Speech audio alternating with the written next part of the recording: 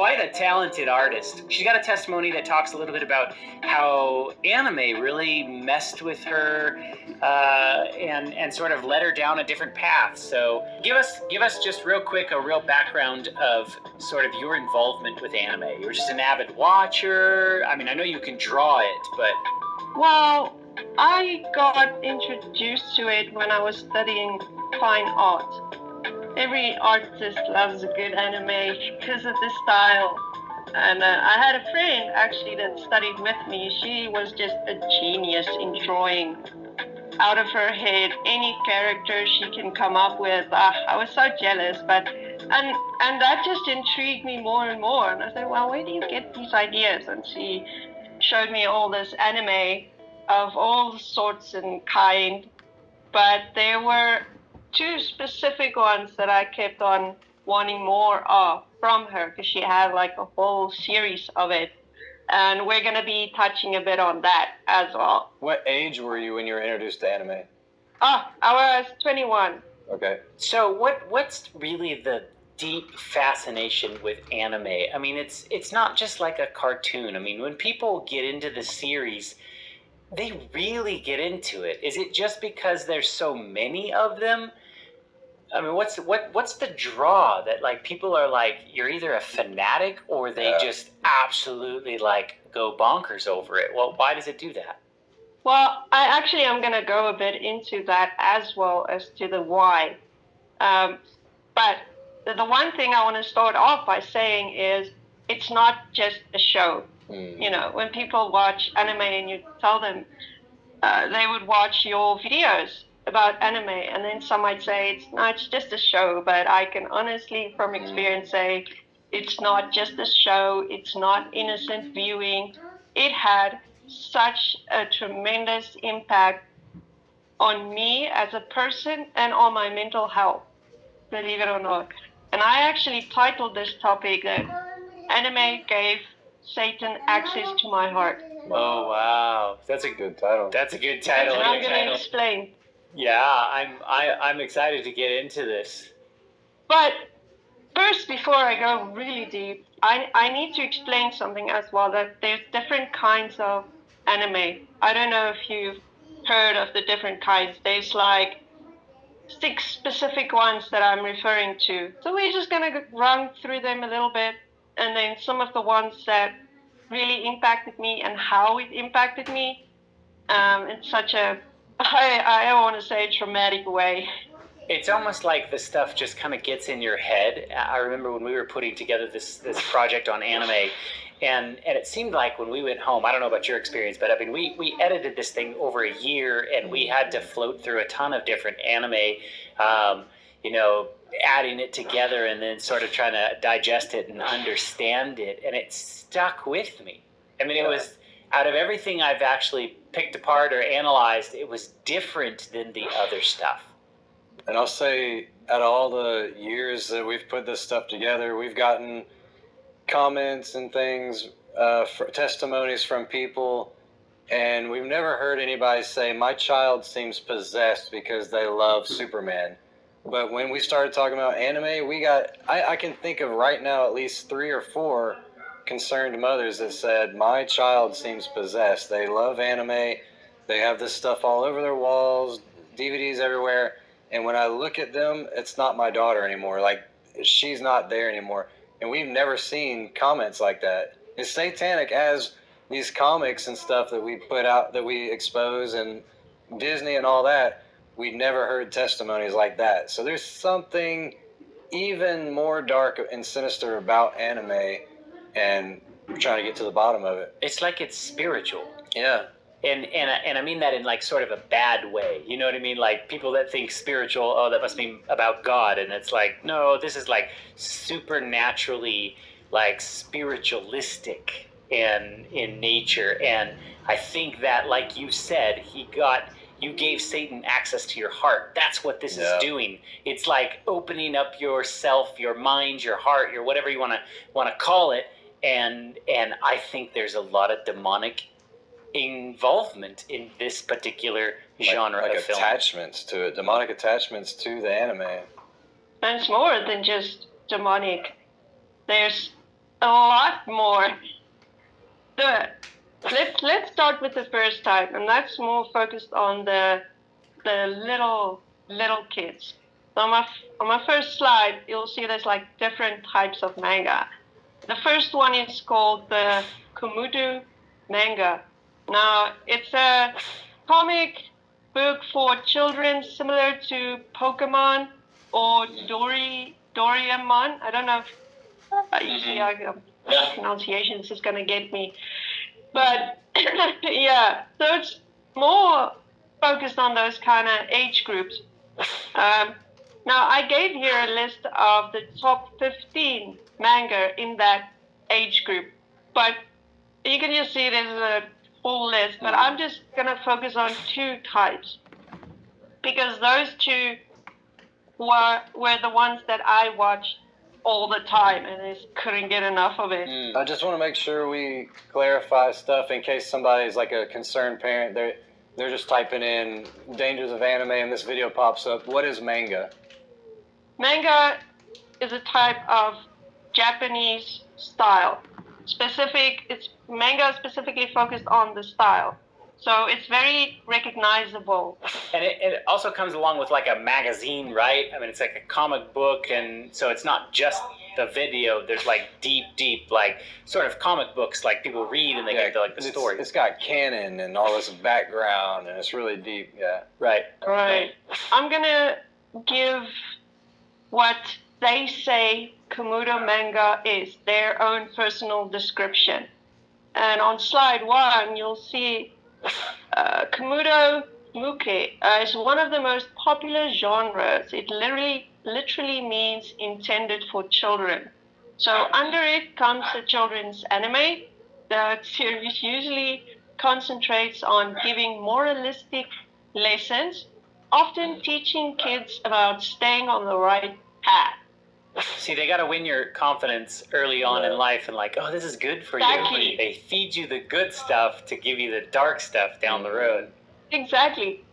But this is what really blows my mind. So I'm going to give 2 examples of what of these moralistic lessons and putting kids on the right path. And when I saw this, I was just so shocked that they would actually put that with this genre. And they keep on saying, continuing, they are the best instruments to keep the children at bay from watching things outside parental guidance and unfit for their age. Children's anime is more simple with episodic plots. Wow. It's like they even put like some thought and intentionality with like trying to instill some sort of moral compass in the kids. Yeah, exactly. On my second slide, there's this Konjiki no Gash Bell. This is one specific episode, and the genre is adventure, comedy, and supernatural. The description of this, it says, in this children anime, Takamine Kiyomaru is a depressed junior high school student who thinks he is too smart for school. His I don't care about the world attitude disappoints his mother. On his 14th birthday, a small, naked child crashes through his window. This kid's name was Gash Bell, and his goal was to be a mentor for Kiyomaru at the request of Kiyomaru's distant father. Okay? So this naked child is to be a mentor for this depressed high school kid. Basically what he's saying. But this Kiyomaru, he must help discover the secrets behind Gash Bell's amnesia, so the kid even has amnesia of his past, with only a red book as a clue. But Kiyomaru soon realizes that Gash Bell is a demon. So the demon is mentoring this high school depressed child. Bro. Okay? Wow. And Gash is also embroiled in an intense fight to see who is the ruler of the demon world, armed with the power of the Red Book. Wow. I mean, it's shocking to even just to hear or read the description. And this came from them? This is their own description of what the show's about? Yes. Wow. See, this is what sets this aside. Like we're talking about, this is different. When has any other cartoon, I mean, yes, there's some dark themes, and, you know, if you look at Pinocchio and stuff, there's some really twisted and messed up things in those things. Hidden, though. But this is a demon coming in as a naked baby trying to teach this boy who's the best demon. Yeah. I mean, that's a summarization right there. That's crazy. It's almost like Peter Pan, but not hidden. Right. Pan is a demon that comes to the window and come on and all this, but we at least hide it in America. Now it's like, oh, that's a demon. He's my guide. Oh, wow. I know. And Pokemon is no better. But Pokemon, just for those that don't really know, it's about this boy he called Ash, and he embarks on becoming a Pokemon master. Okay, and then he has his friends that joins him in this endeavor. But then there's this team called Team Rocket. They're always nearby. They're sneaky, and they always want to steal the powerful Pokemon from other people. So Team Rocket doesn't collect their own Pokemon, they steal from others. Team Rocket, blast off at the speed of light! Surrender now or prepare to fight! Yeah, that's right! But this Team Rocket has a fascinating story. JC and James, James dresses as a woman, and JC dressed as a man. And that happened numerous times throughout the show. In Pokemon. Yeah. In Pokemon. And how long ago was Pokemon out? Because I remember this from, it seemed like when I was a kid. Yeah. Has this been around for a while? It has been for, as far as I know, I only got introduced to it when I was in primary school. And that was back in the 90s.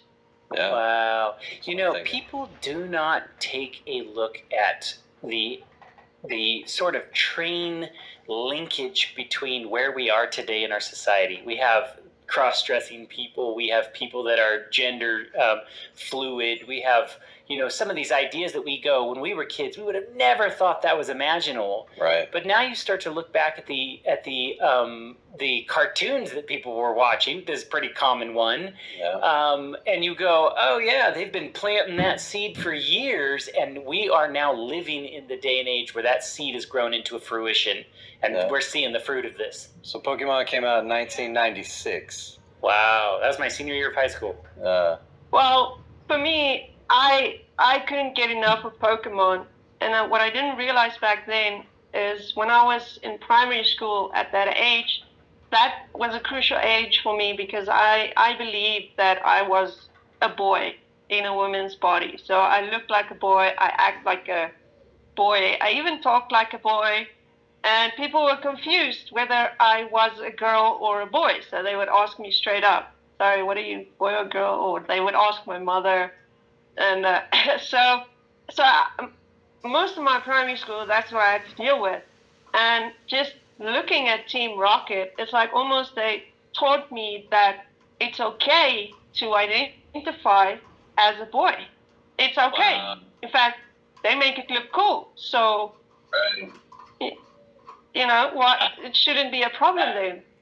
So already then, anime had that influence on me, subconsciously telling me that it's okay for a girl to be a boy. And pictures are worth 1,000 words. Yeah.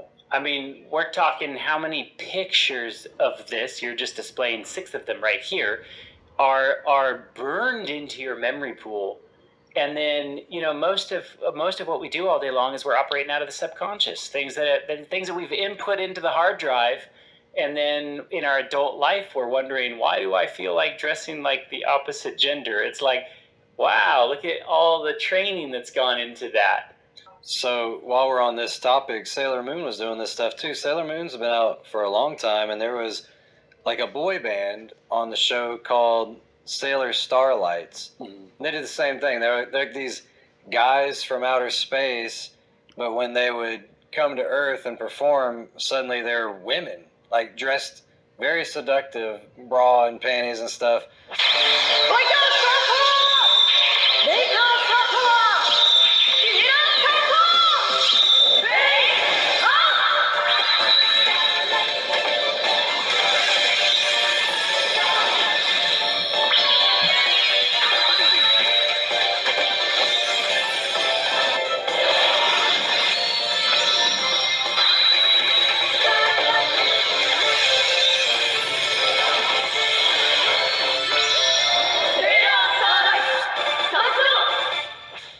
thing. Like, it's just so confusing to a kid. This Sailor Moon and Pokemon are targeted towards children. Yep. I mean, they sell. You generally don't see adults wearing Pokemon backpacks. No. I see kids all the time wearing Pokemon stuff. And Sailor Moon came out in 1994, so 2 years before Pokemon. But like early 90s, early to mid 90s, like this is being hammered into kids' minds. And now we look at that generation. I mean, when you're a young kid in the 90s, they're the ones who are the young adults now who are struggling with this. Yeah. And this is such a huge topic, the whole transgenderism and And there's they're no link. Well, people. I mean, just consider what's happening right here. I was born this way, really, or were you born that way, or were you programmed that way? Yeah, programmed. Like, where'd you spend all this time? Because we know that when you read and digest things, if you grow up in a Christian church and you read all the little stories and all that, it does have an impact on your life. Chances are you're going to identify as Christian down the road, right? So if you're identifying with all this worldliness and these things that they're putting in these cartoons that are designed for young kids, you've written that program that's in their mind. Exactly. And remember the description for this Fokomudo manga? So it says it's one of the most popular genres. But remember, it also said it teaches the kids moralistic lessons and teach them about staying on the right path. Wow. This is the description for these. Now, Pokemon, gender confusion, and then you have Dragon Ball Z. I didn't put Dragon Ball in my presentation because you guys already have this big episode on them already, and there's a lot of sexualization in there as well. Really messed up stuff. I mean, pedophilia, all kinds of weird. And people will try to say that Dragon Ball is not for kids, but yet you go to Walmart in the kids section, whether it's clothing or toys, and you're going to see Dragon Ball. So don't tell me it's not targeted towards children. Yeah. And I've seen the children wearing the backpacks and the school pencils and everything of Dragon Ball. Yeah. That's where words are cheap. But they say that it's not for children. Yeah, but words don't, it's like actions speak louder than words. The next manga type is called shonen manga. And it's addressed to teenagers that's still in their developmental stage. So shonen manga, my favorite shonen manga, it's actually mentioned here, Naruto, one that had a tremendous impact in my life. See, he's a boy. It says Naruto is a Japanese manga series. It's about an adolescent ninja who constantly searches for recognition and dreams to become the Hokage. Now, Hokage is one of the most powerful in the villages. There's different villages, and the Hokage is like the powerful one. So he wanted to become that. The ninja in his village who is acknowledged as the leader and the strongest of all. So this was his goal. Now, I watched this and I related to this 100% because I was an adolescent girl, but I didn't believe I was a girl. Thought I was a boy. Okay, so here I am, adolescent boy, constantly searching for recognition and acceptance. And I wanted to become powerful. When I say powerful, I mean I wanted to become known, respected, and loved. So I immediately put myself in this kid's shoes. But Satan taught me life lessons in this manga. This is just a few images I found. There's one of him as this little boy, looks innocent, but further on in his life, you discover that he has a demon in him that was sealed. And he eventually embraces that demon. We learn that the demon is called Karuma. It's a nine-tailed fox. And it's one of the most powerful of all the other demons, because in this story there are 9 demons. And he was the most powerful. It says, Karuma, more commonly known as the Nine Tails, was one of the nine-tailed beasts. Centuries of being regarded as a mindless monster and sought after as a tool for war caused Karuma to hate humans. So people just basically used them for their own agendas. After being sealed into Naruto, going to explain how he was sealed. Kuruma attempts to maintain its cynical perspective about the world, but with Naruto's insistence on treating it with respect, the fox overturns its hatred and willingly strives to use its power for the world's salvation. Kuruma had a great deal of brute force. It even says reputedly able to raise tsunamis and flatten mountains with just a single swipe with his tail. So now we got a little introduction of Kuruma, the nine-tailed fox. It's a demon, and it causes destruction. A demon that's the savior of the world, though, it says. So he's saving the world by destroying it. Yeah. He was first used by people for their own agenda to destroy the world. But when he was in Naruto, he now became a savior of the world. Wow, so a demon is destructive unless he's possessing a human. Yep. Then you can be the savior of the world. So that what is that? What kind of lesson is that telling the viewer? Oh, if I let a demon come in me, it can give me the power to be the savior of the world. Yep. And literally, that's what Satan is claiming he's going to do, is save the world. It gets creepier. So, Kuruma, the tailed beast, he first came into being. Now, this is when he came into being, right? So he was created. He was created by Hagoromo Utsutsuki. So he was a sage. Okay, he was really powerful, and he used the creation of all things technique to divide the 10 tails. So there was 10 demons, 10 of them. There was the creator and then the 9 demons. Okay? The sage explained to the young-tailed beast that a link exists between them, despite their separation. He also foretold of a day when they would be brought together again, though not as they were, and that at that time someone would emerge to show them what true power is.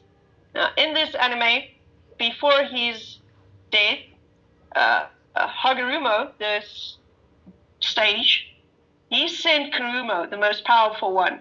He sent them to build a temple for it, okay, so that he can live there, away from humans, away for humans to use him. But of course, all the shinobi, the shinobi are the villagers. That's what you call it. But they thought, no, this thing is too powerful. We want it. We're gonna use it. And if they did it, they captured him and they sealed him in a human host. That human host is called a Jinchuriki. I remember it so well, Jinchuriki. And that's where Naruto comes in, because he was a Jinchuriki for Kuruma, the nine-tailed beast. Now, what's interesting about these beasts is they would leak their chakra, their powers, into the host, the Jinchuriki, making them more powerful, up until the point where whatever powers that its host has, it gets amplified to 3-fold. So Naruto, he didn't realize as a child, he didn't realize it, but the demon started leaking powers into him. And he started to embrace those powers and realize that, hey, these powers can make me strong. And then people will accept me and people will respect me. So Satan is teaching me that he can make me strong and powerful if I allow him in my life. Wow. This is the subconscious teaching that I got from Naruto. I didn't know it at first. And this is not just like one episode. I mean, how many episodes of Naruto are there? I mean, ballpark. A lot? Like, we're talking like in the... Are you serious? So I mean, you think about this, like, I think this is also another reason why it is so powerful to people, because it's not like just watching one movie or maybe a trilogy. Okay, maybe there's 3 hours of this particular story. We're talking there's months and months and months of content here, and then spread out over years of time that people like grow up and change with these characters. Yeah. I think that's what's so powerful about it. I wanted to kind of touch back on the gender bending LGBTQ issue thing. I looked it up because I do see a lot of these fans when we go to the conventions and things like that seem like they're open, to that lifestyle. And so this is comicsbeat.com. This has nothing to do with Christianity at all. This was actually an article from 2017, and it says, report, 50% of anime fans are now open to yaoi themes. Y-A-O-I. And I'm like, okay, I'm not sure what that means, but this report says 50% of anime fans are now open to yaoi themes. So I looked up what is yaoi, and it says yaoi is defined as commercial and fan-created media that thematically focuses on the romantic love between 2 men, often in sexually explicit way. So this was not a Christian report, and this was 2017, saying that half of anime fans are now like open to wanting to desiring to watch and read Or to explore. openly gay men sexual storylines. Notice the transition, because it started subtly in the Komudo manga, even at the children, that specifically targeted children, and then moving forward next to teenagers, you have the same thing, and so forth, where the very last type of anime is hardcore porn. Yeah, hentai. Explicit. Yeah. Because porn bends your mind. We kind of discussed this a couple times on a few different shows. Sexuality, that this beautiful gift that God gave us, is really the most ultimate others-focused activity that you could do, right? So when you're in a man-woman married relationship, right, and you're giving pleasure to somebody else, and you both are doing that, you know what I mean? That's like the ultimate demonstration of love. How can I give you this burst of pleasurable feelings? But the devil's twisted that, and he's now made it like such a selfish act. We're either having sex with ourselves, or we're having sex because we just want to, irrespective of their age, or does this harm them, or is it wrong? Is it not in a marriage?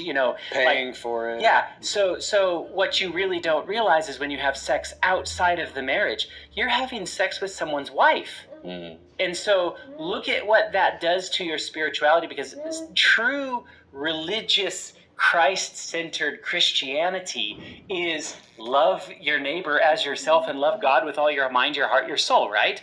And so now this has just turned into this like expression of selfishness, and that in itself is what bends your spiritual mind. Yeah.